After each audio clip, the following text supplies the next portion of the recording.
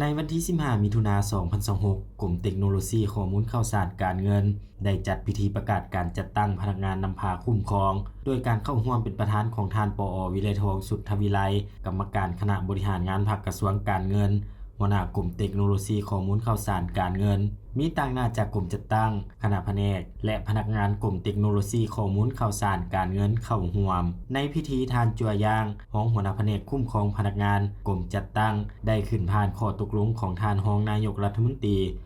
รีกระทรวงการเงินว่าด้วยการยกย้ายและแต่งตั้งพนักงานรับหน้าที่ใหม่ของกรมเทคโนโลยีข้อมูลข่าวสารการเงินฉบับเลขที่2148/กงลงวันที่10มิถุนายน2026ตกลงยกย้ายและแต่งตั้งพนักงานนำพาคุ้มครองขันแผนกประกอบมีบรรดาท่านดังนี้ท่านนางแสงอาภรณ์ศรีลาเพชรเป็นหัวหน้าแผนกพัฒนาระบบและฝึกอบรมและท่านนางศิริพันธ์พิมพ์สอนเป็นรองหัวหน้าแผนกคุ้มครองฐานข้อมูลและวิเคราะห์วิจัยข้อมูลท่านตุดุอัทสงปอเป็นหัวหน้าแผนกคุ้มครองระบบพื้นฐานโครงล่างและเครือข่ายท่านสุขสันต์ปัญญาสวัสดิ์เป็นรองหัวหน้าแผนกตรวจสอบระบบและคุ้มครองความปลอดภัยข้อมูลท่านพรไซพิมพ์สารเป็นหัวหน้าศูนย์คุ้มครองระบบเทคโนโลยีข้อมูลข่าวสารการเงินประจำภาค1แขวงภาคกลางท่านสุกันดาตะกุลทองเป็นห้องศูนย์คุ้มครองระบบเทคโนโลยีข้อมูลข่าวสารการเงินประจำภาค1ท่านอาทรวิไลศักดิ์เป็นห้องศูนย์คุ้มครองระบบเทคโนโลยีข้อมูลข่าวสารการเงินประจำภาค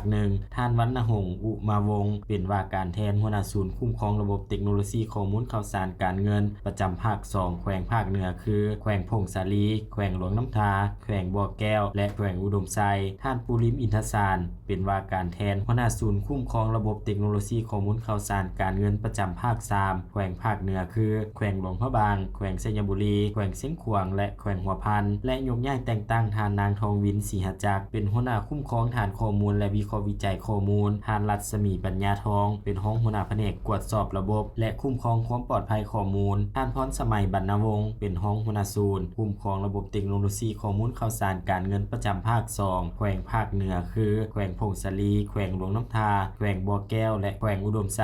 ท่านวินาศักดิ์วงศ์แสงทองเป็นหัวหน้าศูนย์คุ้มครองระบบเทคโนโลยีข้อมูลข่าวสารการเงินประจำภาค3แขวงภาคเหนือคือแขวงหลวงพระบางแขวงสัญบุรีแขวงเสียงขวางและแขวงหัวพันท่านศรีสมพรเสยสิทธิ์เป็นหัวหน้าศูนย์คุ้มครองระบบเทคโนโลยีข้อมูลข่าวสารประจำภาค4แขวงภาคใต้ท่านแอใหญ่หลวงพิลาเป็นหัวหน้าศูนย์คุ้มครองระบบเทคโนโลยีข้อมูลข่าวสารการเงินประจำภาค4พร้อมนี้ท่านนางอนุทิพย์วรรณบุภารองหัวหน้ากรมเทคโนโลยีข้อมูลข่าวสารการเงินผ่านข้อตกลงว่าด้วยการแต่งตั้งและซับซ้อนหมุนเวียนพนักงานวิชาการประกอบใส่แต่ละแผนกและศูนย์ภายในกรมเทคโนโลยีข้อมูลข่าวสารการเงินในตอนท้ายพิธีท่านปอ.วิไลทองสุทธวิไลหัวหน้ากรมเทคโนโลยีข้อมูลข่าวสารการเงินได้มีคำเห็นโอ้ลมต่อกองประชุมการประกาศการจัดตั้งในครั้งนี้ซึ่งเป็นการยกระดับพนักงานของการคุ้มครองภายในให้มีความเข้มแข็งและเน้นหนักให้พนักงานนำหาคุ้มครองที่ได้รับการแต่งตั้งครั้งนี้จงยกสูงความเป็นแบบอย่างนำหน้าในการจัดตั้งปฏิบัติเวียกงานการเมืองแนวคิดด้านการจัดตั้งและเวียกงานวิชาเฉพาะให้ได้รับผลสำเร็จตามระดับคาดหมายที่การจัดตั้งได้มอบหมายให้